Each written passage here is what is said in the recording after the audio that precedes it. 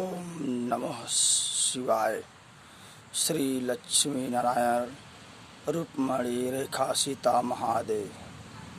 मैं आज 8 नवंबर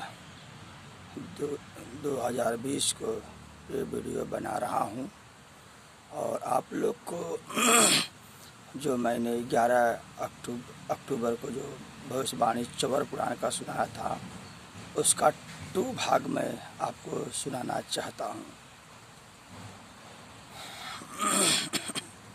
तो 1890 में स्वर्ग लोक विष्णु लोक में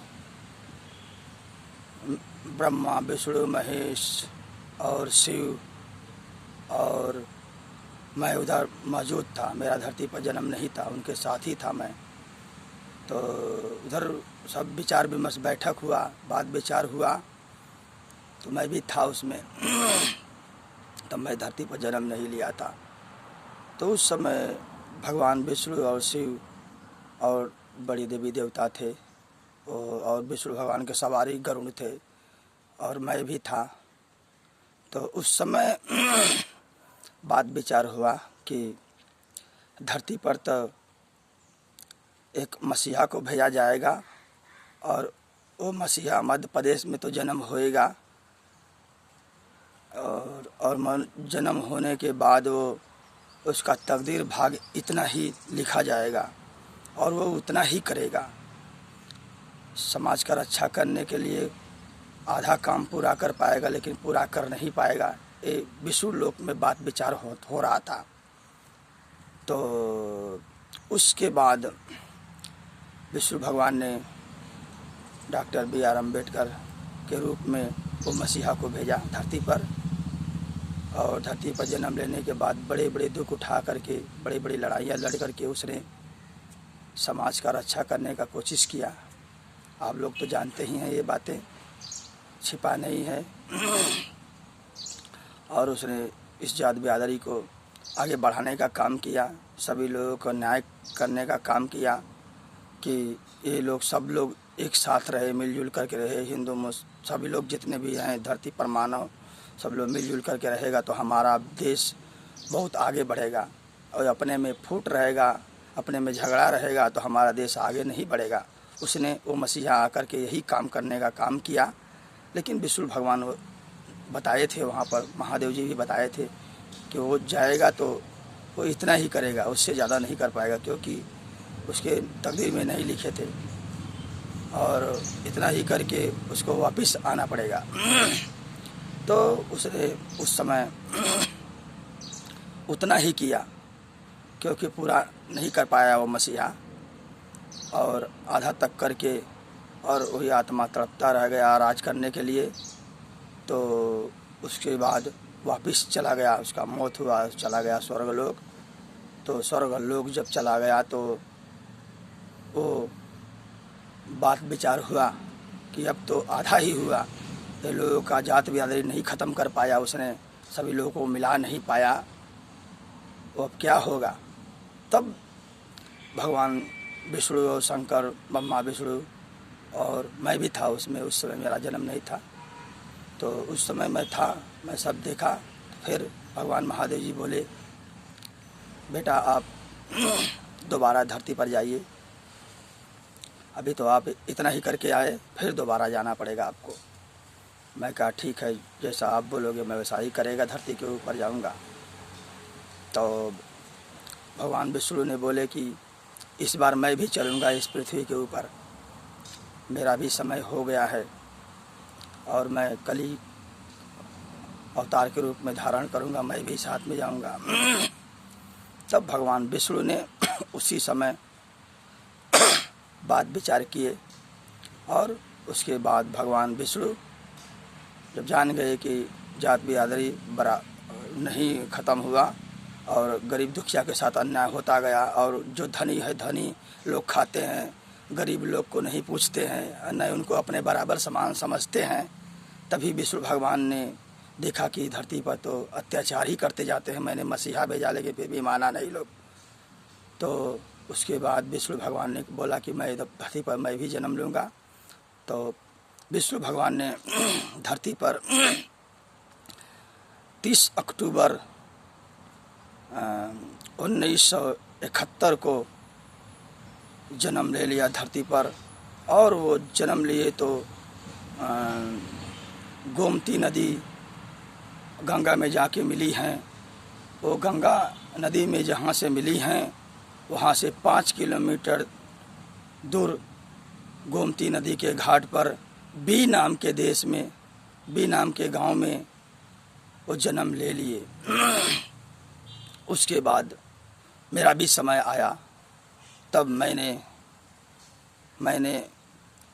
जब मेरा समय आया, बात विचित हो गया था। अब मैं धरती पर फिर मैं जन्म लिया तो 27 फरवरी 1976 को भी ग्राम में जन्म लिया और गांगी नदी के घाट पर।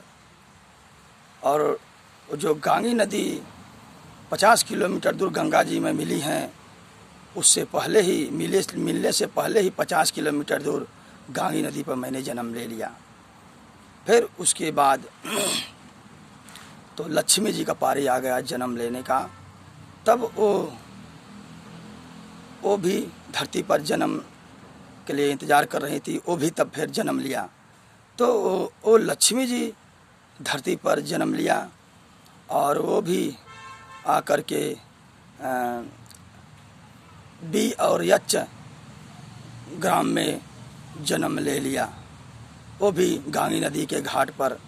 और मैं और वो लक्ष्मी जी एक पड़ोसी गांव में जन्म ले लिए।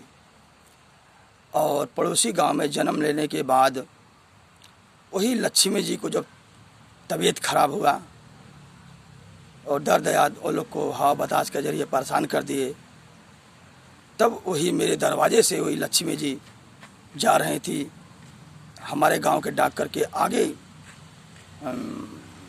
दिखाने के लिए। तो हमारे दरवाजे पर ही गिर गई और चिल्लाने लगी कि भूत किया, भूत किया। तो चिल्लाने लगी कि मेरा पिताजी बड़ा भूत कर दिया मेरे को। तब मैंने उधर से ही पूरब से आ रहा था, मैंने देखा कि और कोई गरीब लड़की हमारे दरवाजे पर गिर गई है। इसलिए मैंने उसको आकर के तुरंत खटिया पर उठा कर बैठाया उस लड़की को, और मैंने उसका पानी पिलाया और मैं सब जानकारी हासिल किया।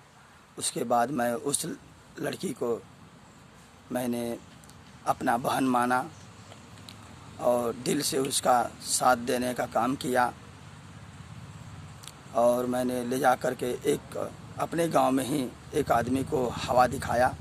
तो बोला, अरे इसका पिताजी, बड़े पिताजी ने इसको बहुत परेशान किया है, इसको बर्बाद करना चाहता है।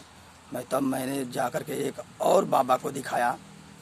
तो वहाँ दिखाया तो वो बोले कि नहीं, ये बच्ची ठीक हो जाएगी लेकिन महीना भर लग जाएगा। मैंने कहा ठीक है, जो कुछ लगता है लगेगा, लेकिन मैं ये बच्ची को जिसको मैंने अपने बहन माना है, इसका सेवा करना मेरा बहुत ज़रूरी है और ठीक होना चाहिए। जो कुछ पैसा लगेगा मैं लगाएगा इस बच्ची का। इस बहन को मैंने अपना बहन मान लिया। तो मैंने उसका सेवा करने का काम किया और उसको मैंने जब तक ठीक नहीं हो गई तब तक साथ दिया उसका। और उसी साथ देने में मुझे लोग मेरा बुराई कर दिया। उसके बाद उस बहन के मैं बहुत मानने लगा और मानने के बाद तब मैंने निर्णय ले लिया कि इस बहन का शादी मैं ज़रूर लड़का ढूंढ करके शादी करूँगा। इसलिए मैंने लड़का ढूंढ करके शादी उसका कर दिया और वो अपने घर में आराम से अपने ससुरे में है। आज भी हमारा व्यवहार भाई बहन का ही आज तक चलता है। हम लोग साथ में ही गोवा में रहते हैं। उनका आदमी भी कारपेंटर है और मैं भी कारपेंटर हूँ। इसलिए हम लोग भाई बहन को आज तक मानते ही हैं और हम जीजा मानते हैं उसके आदमी को। और इतना मानते हैं कि आज तक कोई धरती पर कोई भाई बहन इतना नहीं माना। और आज हम लोग अच्छा से हैं, कमा खा रहे हैं। और मैं समाचार आपको बता दिया। ये समाचार जब मैं भगवान विष्णु ने मुझे धरती पर भेजा था, तभी मैंने उस समय स्वर्गलोक में मैं भगवान महादेव जी का पुत्र गणेश के रूप में था। मैंने ही धरती पर बार बार जन्म लिया। मैंने ही लंका में हनुमान था उस ज़माने में, त्रेता युग में। मैंने ही लंका का विनाश किया था और मैंने ही बार बार धरती पर जन्म लिया। हमेशा लक्ष्मी जी विष्णु जी का हर जन्म में भक्त हुआ और उन्हीं का साथ दिया। आज भी वैसा ही कहानी, त्रेता युग की तरह ही कहानी आज भी मेरा है।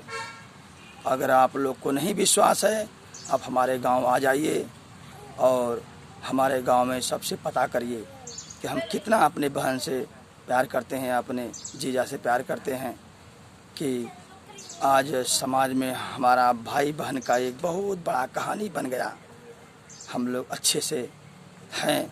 अभी समय का इंतज़ार है कि कब हम लोग का समय आएगा, तब जाकर के हम लोग दुनिया का रक्षा करेंगे। वही इंतज़ार में हम लोग हैं और वो समय आ जाएगा। बहुत समय जल्दी आने वाला है, 2022 तकले आ जाएगा।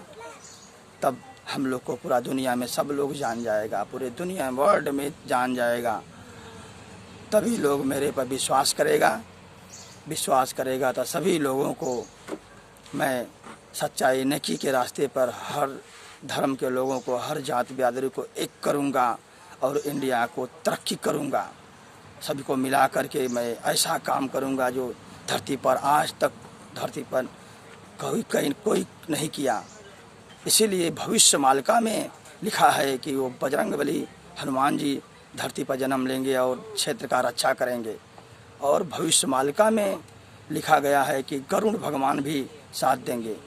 तो गरुड़ के रूप में एस्ट्रोलॉजर अभिषेक सिंघल जो ऋषिकेश में पैदा हुआ है, वही भविष्यवाणी करता रहता है। मेरे भगवान विष्णु का भविष्यवाणी करता रहता है और वही बोलता है कि सुप्रीम आने वाला है और वो नवंबर दिसंबर में आएगा।